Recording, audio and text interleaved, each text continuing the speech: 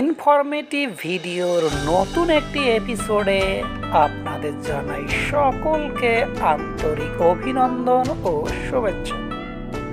আজকে আমরা এসেছি কোচবিহার জেলা দিনহাটা থানার অন্তর্গত পাঁচকন্যা গ্রামে। আমরা প্রথমে জানব পাঁচকন্যা গ্রামের নাম পাঁচকন্যা হলো কেন। কথিত আছে এখানে একটি পুকুর ছিল, যে পুকুর থেকে 5টি কন্যা অর্থাৎ 5 জন দেবী উঠে এসেছিল। তখন থেকে এই গ্রামের নাম হয় পাঁচকন্যা। এই পাঁচকন্যা গ্রামে একটি ছোট্ট বাজার রয়েছে। এই সেই পাঁচকন্যা বাজার, যেটি বর্তমানে জামাদার বশ নামে পরিচিত। আসলে জামাদার বশ নামকরণের পিছনেও একটি কারণ রয়েছে। কথিত রয়েছে জামাদার বশ নামে একজন জমিদার ছিলেন, তার নাম অনুসারে এই গ্রামের নামকরণ। এই গ্রামের প্রাণকেন্দ্রে রয়েছে এই ছোট্ট বাজারটি, যেটি দিনের বেলায় অর্থাৎ সকালে এবং সন্ধ্যায় অধিকাংশ দোকান খোলা থাকলেও দুপুর বেলায় অধিকাংশ দোকান বন্ধ থাকে এবং অধিবাসীরা এখানে তাদের বাজারঘাট করে থাকে। এই সেই পুকুর যেখান থেকে 5টি কন্যা অর্থাৎ 5 জন দেবী উঠে এসেছিল। এই পুকুরটি আগে অনেক বড় ছিল এবং খুবই গভীর ছিল, কিন্তু বর্তমানে এটি বুঝে গিয়ে অনেক ছোট্ট হয়েছে এবং গভীরতা অনেক কম। দেখুন, এই সেই পাঁচকন্যা মন্দির, যেখানে এখনো 5 জন দেবীর পুজো করা হয়। এখানেই রয়েছে রাধা গোবিন্দর মন্দির, যেখানে প্রতি বছর অষ্টপ্রহর অনুষ্ঠিত হয় গভীর সমারোহের সঙ্গে, এবং অনেক ভক্তগণ দূর দূরান্ত থেকে এই অনুষ্ঠানে অংশগ্রহণ করে থাকে। এই জামাদার বশের বাজার থেকে একটু উত্তরে গেলেই আমরা দেখতে পারব জামাদার বশ হাই স্কুল, যেটি এখানকার অর্থাৎ এই এলাকার গুরুত্বপূর্ণ একটি হাই স্কুল। অনেক ছাত্রছাত্রী এই স্কুলে লেখাপড়া করে থাকে। এই বিদ্যালয়ের সামনে রয়েছে একটি বিশাল বড় খেলার মাঠ। এই হাই স্কুলের পিছনেই একটি রয়েছে জামাদার বশ এপি বিদ্যালয় অর্থাৎ প্রাইমারি স্কুল, যে স্কুলটাও দেখতে অনেক সুন্দর এবং তার চতুর্দিকে রয়েছে বিভিন্ন রকম গাছপালা, যার সৌন্দর্যকে আরো অনেক গুণ বৃদ্ধি করেছে। এই বিদ্যালয়ের সামনে রয়েছে একটি পোস্ট অফিস, যেটি জামাদার বশ পোস্ট অফিস নামে পরিচিত। এর পাশেই রয়েছে একটি চৌপথি, অর্থাৎ জামাদার বশের এটি একটি গুরুত্বপূর্ণ চৌপথি। এই চৌপথি থেকে বিভিন্ন দিকে যাওয়া যায়। এই চৌপথির পাশেই রয়েছে একটি ভগৎ সিং ক্লাব।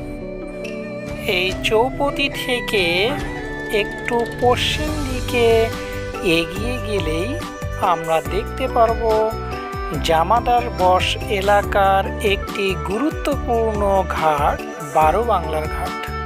এই ঘাটটি খুবই প্রাচীনতম ঘাট। এই সেই 12 বাংলার ঘাট, যেটি এখন মৃতপ্রায়। এই দিক দিয়ে আগে অনেক মানুষ যাতায়াত করত, কিন্তু এখন এর পার্শ্ববর্তী এলাকায় একটি ব্রিজ হওয়ার কারণে এই দিক দিয়ে তেমন মানুষ যাতায়াত করে না। এই সেই জামাদার বশ এলাকার নদী, যার উপরে বারোবাংলা ঘাট অবস্থিত। এই ঘাটের পাশেই রয়েছে একটি গঙ্গা দেবীর মন্দির, যেখানে প্রতি বছর গঙ্গা পূজা উপলক্ষে মেলা বসে। সেই মেলার কিছু খণ্ডচিত্র।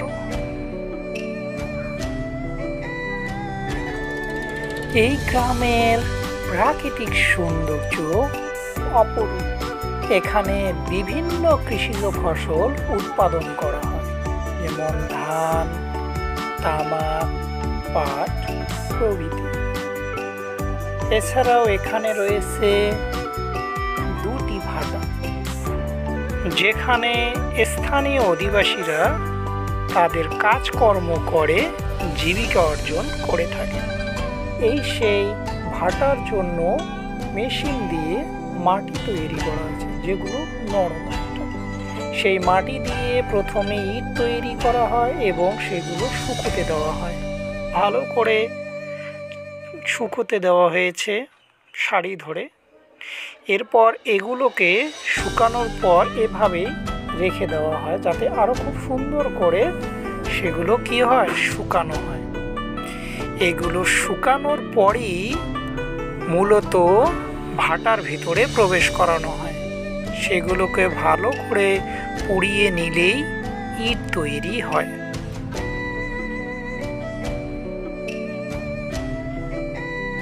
এছাড়াও এখানে রয়েছে মন্দির, রয়েছে গির্জা, অর্থাৎ এখানে বিভিন্ন সম্প্রদায়ের মানুষরা বসবাস করে। এছাড়াও এখানে রয়েছে একটি পার্ক, যেটি দেখতে খুবই সুন্দর। সেই পার্ক, যেটি জামাদার বশের পার্ক নামে পরিচিত। সেই পার্কের মাঝখানে রয়েছে একটা বিশাল পুকুর।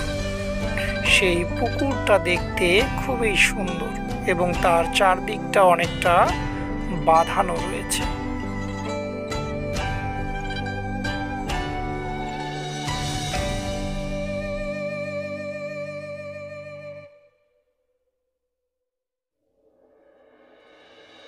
এই পুকুরের পাড়েই রয়েছে ছোট ছোট এরকম একটু করে ঘর তৈরি করা হয়েছে।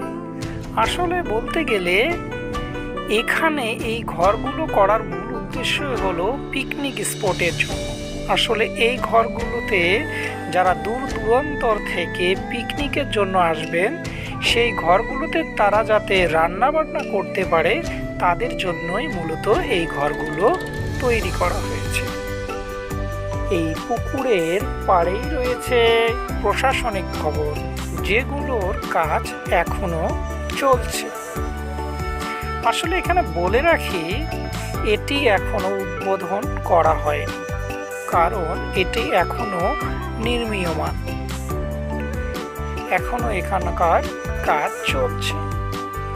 এই পার্কের ভিতরে রয়েছে আরও একটি ছোট্ট পার্ক, যেখানে শিশুরা তাদের খেলাধুলা করতে পারে এবং জানা যায় বৃদ্ধ বৃদ্ধারা এখানে প্রতিদিন সকাল এবং বিকেলে হাঁটা চলা করে থাকেন। আসলে আরও একটু কথা বলে রাখি, এই জামাদার বশ হলো দিনহাটার অন্যতম গুরুত্বপূর্ণ জায়গা, যেখানে বিভিন্ন উপজাতির মানুষরা এখানে বসবাস করে থাকেন। এই ভিডিওটি দেখার জন্য তোমাদের সকলকে ধন্যবাদ। এই ভিডিওটি তোমাদের কেমন লেগেছে এই বিষয়ে অবশ্যই তোমরা কমেন্টে জানাও, এবং এরকম নতুন ইনফরমেটিভ ভিডিও পাওয়ার জন্য তোমরা আমাদের পেজের সঙ্গে থাকো। আবারও তোমাদের সকলকে আন্তরিক অভিনন্দন ও শুভেচ্ছা জানিয়ে আজকের ভিডিও এখানে সমাপ্তি করছি। আবারও সকলকে ধন্যবাদ।